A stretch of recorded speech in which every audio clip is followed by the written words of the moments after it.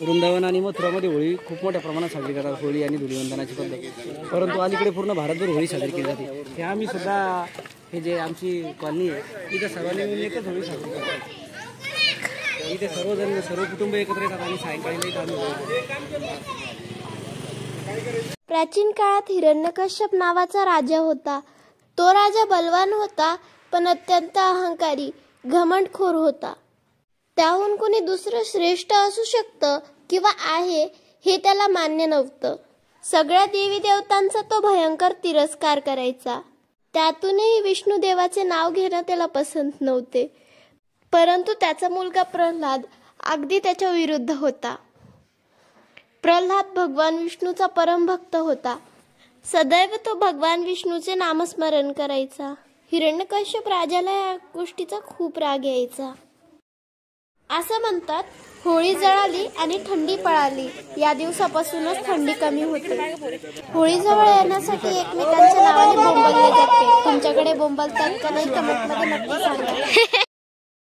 एके दिवशी राजाने सेवकांना आज्ञा केली की नामजपामध्ये तल्लीन झालेला प्रल्हादला डोंगराच्या उंच कड्यावरून खाली लोटून द्या. सेवकांनी तसेच केले. मात्र प्रल्हाद थोड्या वेळात राजाकडे येताना दिसला. प्रल्हादला जिवंत पाहून राजा चिडला आणि हा जिवंत कसा हे विचारलं. तेव्हा प्रल्हादने सांगितलं की डोंगराच्या कड्यावरून खाली पडल्यावर मी एका झाडावर अलगद पडलो. मी तेथून उतरलो आणि बैलगाडीत बसून पुन्हा इथे आलो. हे ऐकून राजाला निराशा झाली. काही दिवसांनी राजाच्या खास लोकांसाठी जेवण तयार होत असताना राजा तिथे पोहोचला तर प्रल्हाद देखील तिथे होता आणि त्याच्या मुखातून सतत नारायण नारायण असा नामजप चालत होता. राजाला पुन्हा राग आला. त्याने सेवकांना आज्ञा दिली की मोठ्या कढईत उकळत्या तेलात प्रल्हादला टाकून द्या. राजाची आज्ञा ऐकून सेवक सुद्धा घाबरले, पण आज्ञेचे पालन करणे आवश्यक होते. अशात त्यांनी प्रल्हादला उकळत्या तेलात टाकलं. आता हा कसा वाचेल हे बघण्यासाठी राजा स्वतः उपस्थित राहिला. तेव्हा कढईतून चारही बाजूला उकळते तेल उडाले. सेवक भाजल्यामुळे ओरडू पळू लागले, पण प्रल्हाद मात्र अतिशय शांत उभा होता. अखेर हिरण्यकश्यपूच्या मुलाचा वध करण्यासाठी आपल्या बहीण होलिकाची मदत घेतली. होलिकेला वरदान मिळालेले होते की तिला आग भस्म करू शकत नाही, म्हणून तिला अग्नीची भीती नव्हती. हिरण्यकश्यपने होलिकेला सांगितलं की तू प्रल्हादला मांडीवर घे आणि चितेवर बस. प्रल्हादच्या भक्तसेवामुळे काहीतरी वेगळेच घडले. त्या चितेमध्ये होलिका जळून राख झाली आणि विष्णू भक्त असल्यामुळे प्रल्हादला अग्नी देखील काही करू शकली नाही. होळी पेटवण्यापूर्वी होळीत 1 रुपयाचे नाणे टाकले जाते आणि ते नाणे शोधण्याची पद्धत आहे. ज्याला हे नाणं सापडेल त्याच्या घरी विपुलता टिकून राहते. नाणे शोधण्यासाठी कॉलनीतील सर्व मुलं एकत्र येतात. नाणे शोधताना त्यामध्ये उष्णता असू शकते, त्यामुळे शेजारी त्यात पाणी फेकतात आणि सुरू होते धुळवट खेळायला. धुलीवंदनाची सुरुवात अशीच झाली असावी असे काही जणांना वाटते. होळी प्राचीन काळापासून रंगांशी संबंधित आहे.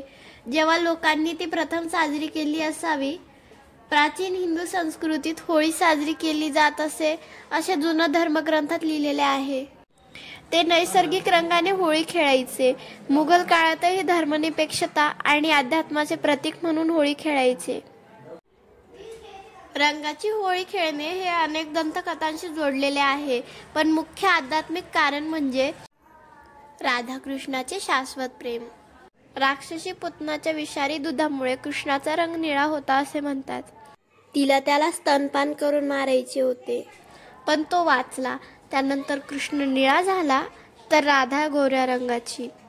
कृष्णाच्या राधेवर प्रेम होते म्हणून त्याने तिला आपल्या रंगात रंगवले आणि तिच्यासोबत होळी खेळली. रंगांनी होळी खेळण्याची परंपरा कृष्ण आणि राधाच्या या कथेतून घेतली गेली.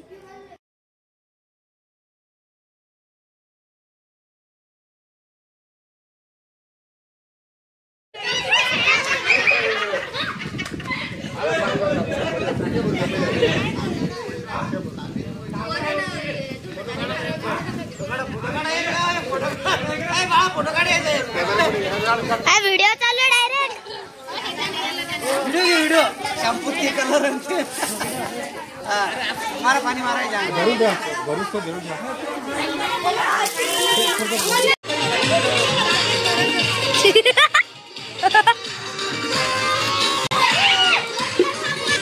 हाँ भाई कैसी लगी आगे स्वाद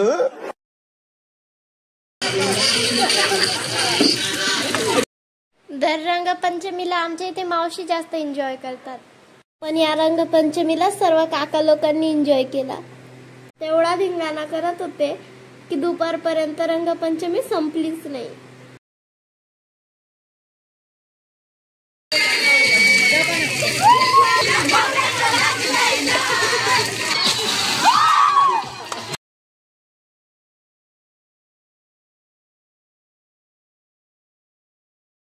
कशी वाटली तुम्हाला पवननगर मधली होळी? Thanks for watching.